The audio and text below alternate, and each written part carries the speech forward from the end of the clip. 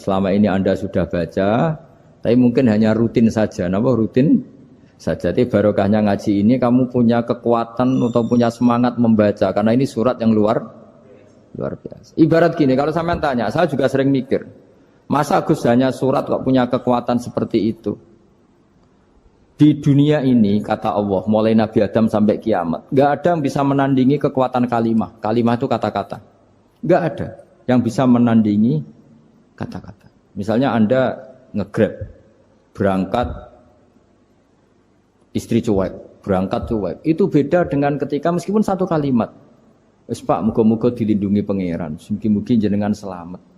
Itu menjadi teduh dan semangatnya luar biasa, karena kayak mendapat support. Jadi kira-kira kalimat itu hubungannya kita dengan Allah, Fatihah itu seperti itu. Kamu melafadzkan satu kata-kata yang dibenarkan langit bumi, dibenarkan aras, dibenarkan malaikat, dibenarkan semua penghuni di dunia ini. Sehingga itu efeknya luar biasa. Itu seperti gini ya, kamu cerai sama istri, terus nikah lagi katut babon. 10 tahun anak kamu dididik, ibunya benci kamu. Dan memang Anda layak dibenci. Dididik. Dan sampai nggak pernah manggil kamu Pak.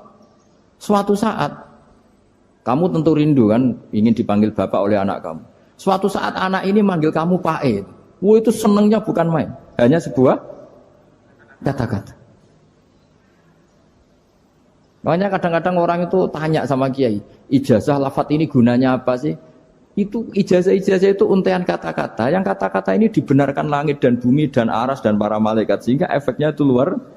Nah ibarat seperti itulah, kamu melafadzkan Fatihah itu melafadzkan kata-kata yang dibenarkan Allah dan Rasul dan semua malaikat, semua penghuni langit. Maka ini efeknya pasti luar. Nah di sini lah orang-orang dulu itu tahu keramatnya itu, sehingga ketika melawan Belanda, melawan Jepang dulu itu kalimat-kalimat itu menjadi mantra yang luar biasa. Doa yang luar biasa. Tapi di era modern karena orang sudah tidak ngerti itu, dianggap itu mantra, jimat, khurafat, bid'ah, waduh ribet menemal. Sebetulnya tidak seperti itu. Memang kata-kata ini kekuatannya luar biasa. Sama, kesakitan hati kamu juga karena itu. Ngojek wangilan. Lha Pak di bojo kok kowe gagah tok kere. Wah, iku seling terus. Padahal kalimat itu kan tidak melukai secara fisik, tapi apa kerjanya sesuk saras-sarasen. Karena terus dengan pengadilan seperti itu kan, ngapain kerja demi perempuan yang seperti ini? Lagi-lagi kata-kata ini luar. Nah bayangkan kalau kata-kata itu adalah kalimat yang diajarkan Allah lewat Rasulnya, lewat malaikat Jibril. Kayak apa kekuatannya? Nah kira-kira Fatihah itu gitu. Kalimat yang baik, kalimatan thayyibah diajarkan oleh Allah dan Rasul. Kayak apa kira-kira kekuatannya? Pasti luar biasa. Wong support yang dikatakan istri kita, anak kita aja luar biasa. Apalagi ini support yang diajarkan Allah dan Rasul. Ya makanya saya mohon kalau baca Fatihah, baca kalimat-kalimat thayyibah ketika sholat itu dijiwai. Ya misalnya Rabbana lakal hamdu mil'us samawati wa mil'ul ardi wa mil'u ma syi'ta min syai'im. Engkau zat yang layak dipuji dan pujian ini memenuhi langit dan bumi. Karena kita tahu nggak ada sejengkal di alam raya ini kecuali di situ ada rahmat Allah.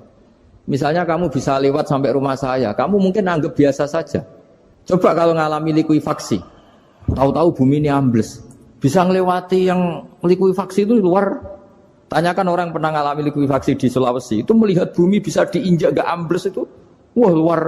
Nah, sampean gak ngalami itu sehingga lewat bumi ya biasa aja. Coba kalau ngalami seperti tidur, ya biasa aja. Coba kalau ada gempa, bahwa bumi tenang ini sudah nikmat yang luar biasa. Masa kamu ngakui nikmat nunggu digituin? Ya kan? Nah, makanya baca Fatihah dijiwai lah bahwa ini kalimat yang luar biasa. Nah, saya teruskan ya. Warwa Muslimun fi sahihihi an Ibnu Abbas radhiyallahu anhuma annahu qala bainama Jibril alaihi salam qaidun dan Nabi sami anaqidan min fawqi farafa'a ra'sahu faqala hadza babun minas sama futihal yawma lam yuftaqadu ilal yaum fanazala minhu malakun faqala hadza malakun nazza ilal ardi walam yanzil qattu illal yauma fasallim waqal absyir binuraini qad uti tahuma lam yu'tahuma nabiyyun qablak Fatihatul kitab wa khawatimu suratil baqarah. Jadi suatu saat Jibril ini jagongan lah kira-kira gitu sama Rasulullah. Tahu-tahu langit itu gemuruh. Langit gemuruh kata Jibril terus semuanya ngangkat kepala ke langit. Ini pintu langit baru ini dibuka, yang sebelumnya tidak pernah dibuka seperti ini. Turunlah malaikat, yang malaikat ini pun malaikat spesial, yang enggak malaikat murahan lah kira-kira gitu, yang enggak pernah turun ke bumi kecuali juga saat itu. Dengan penyambutan yang luar biasa, dengan semuanya tidak pernah terjadi. Hanya karena surat Fatihah. Jadi ini surat yang luar biasa, pengawalannya lewat malaikat yang spesial, enggak pernah turun di bumi kecuali saat itu. Penyambutannya juga enggak pernah seperti itu, baru seperti itu. Jadi semuanya itu spesial. Nah, kenapa ini spesial? Karena di situ ada isi puja-puji kepada Allah Subhanahu wa ta'ala. Ada ikrar kita, alhamdulillah rabbil alamin, ar-rahmanir rahim. Ikrar ini penting. Kalau contoh paling gampang gitulah. Kamu punya istri selama ini cerewet terus. Suatu saat ngomong, "Pak, tak angen-angen ra ono wong lanang koyo sampeyan." Wah, itu langsung tidak ada lelaki sebaik engkau. Itu sama senengnya, Masya Allah. Karena ada ikrar dari seorang istri ke kamu.